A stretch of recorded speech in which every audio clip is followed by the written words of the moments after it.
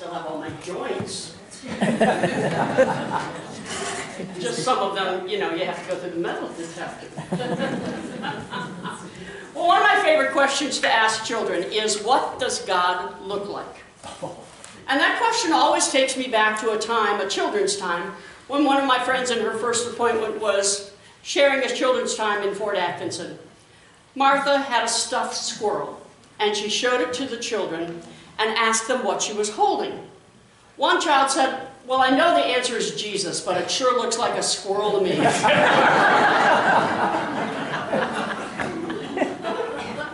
So what does Jesus look like? A squirrel? A tree? A baby in a manger with a golden diaper? An old man with a white beard sitting on a throne? Or what? If we went to a parade on Palm Sunday, we might have gone to a parade that showed aspects of what our God might look like. Because there were two parades in Jerusalem that first Palm Sunday, and the parades marked the entrances of Jesus and Pilate to the city as they came to celebrate the feast of the Passover. One parade was held to bring the Roman governor of Israel, Pontius Pilate, into Jerusalem through the west gate. The other parade took place as Jesus entered the city through the east gate. Rome and Jesus. Each parade exhibited the values and the strengths of the main character. Each parade was viewed by spectators who shared the values and the strengths of the main character. People watching the parades were seeing their understanding of God come to life in the parade, because both Jesus and the Roman government represented God on earth to those who watched the parades. And the parades embodied what those watching believed their God looked like. The Roman parade was filled with banners proclaiming Caesar as the Lord of Lords, the Prince of Peace, a wonderful God, Almighty God, and a wonderful counselor. The Roman parade showed military might, strength, and the domination that Rome used to create peace and prosperity throughout their empire.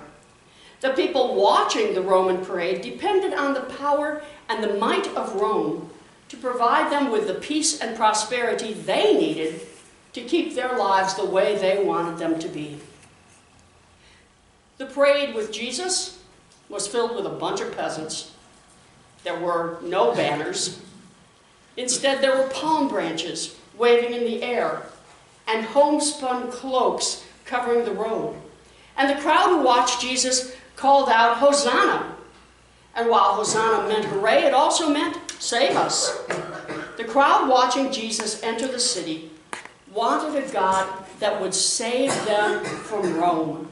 They wanted a God that would save them from feeling so far away from God. They needed a God that was going to save them from poverty, from oppression, from the hopelessness that came with being a Jewish peasant in a Roman colony. So one parade worshipped a God of power that used violence and domination to keep the peace. That parade worshipped a power that used its might to violently and cruelly punish mistakes. That parade worshipped a God that valued power and wealth more than it valued people.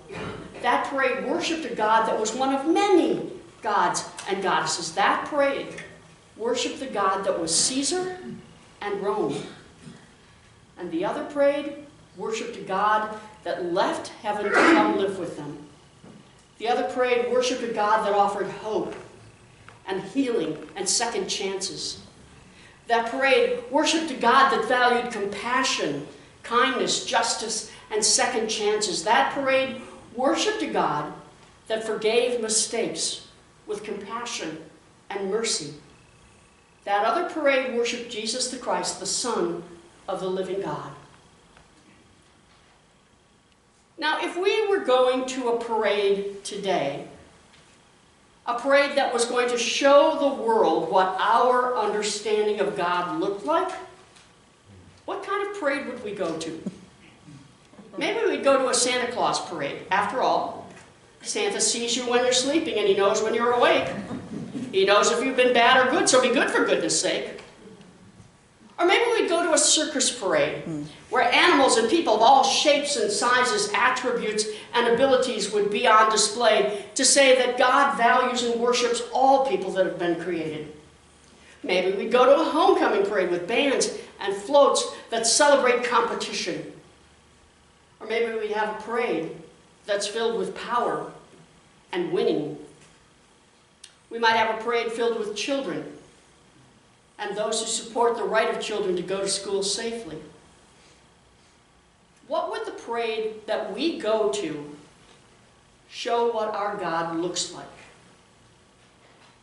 Maybe we want a parade that shows a God who's willing to come live with us. Maybe we'd want a parade to show a God that's willing to offer hope and healing when we're sick. Maybe we go to a parade where God offers forgiveness and mercy and second chances when we truly mess up. Maybe our parade would show a God that loves us without condition. Maybe our parade would be one where Jesus is riding on a donkey with crowds of people not dressed very well, not overly clean, pretty thin because they didn't eat a whole lot, who were walking and skipping and dancing along, shouting with confidence and joy, "Hosanna, save us!" What does our God look like? When others see us and our lives, what parade do they imagine we watch?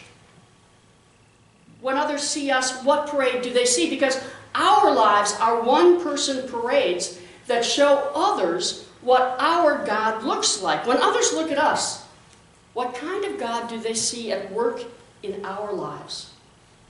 Do they see a God that uses power, violence, and dominion to get our way? Or do our lives show a picture of a God that is self-centered? Or do our lives show a God that is gentle, generous, compassionate, kind, and merciful? Do our lives show a God that pursues and punishes at all costs, or a God that loves without condition and forgives? Do our lives reveal a God that values getting ahead at all costs, or do our lives reveal a God that sacrifices so everyone has enough? What kind of God do others see when they watch the parade that is our lives? Jesus was surrounded by a crowd that celebrated with joy. Joy-filled hosannas, joy-filled save us. And when they saw Jesus, the people in that crowd knew that they were that much closer to a God that would do anything and everything to offer them hope and healing, forgiveness, and new life. But what parade do we watch? And when we watch that parade, what do we see going by that tells us what our God is really like? That's one question to ponder this Palm Sunday. If we were choosing a parade to watch, what would that parade be like? The other question is, when others watch the parade that is our lives, what kind of God do they see at work in us? What kind of God do they see at work in the parade that is our lives? So what does our God look like? Well, the parade we watch and the parade we live answers that question. And today we're going to have a little parade. We're going to sing a song while we take our palm branches, and I'm going to be the drum major, and then you're going to follow me. But here's the song we're going to sing, so let's practice that first.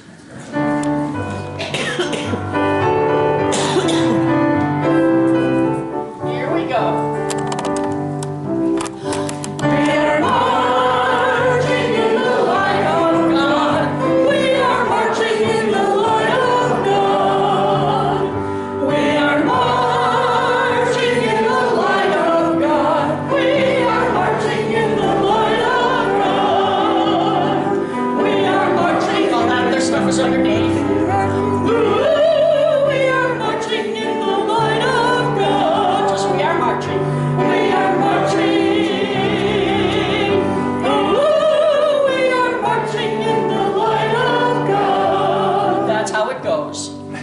I'm going to head down the center. I invite you to fall in.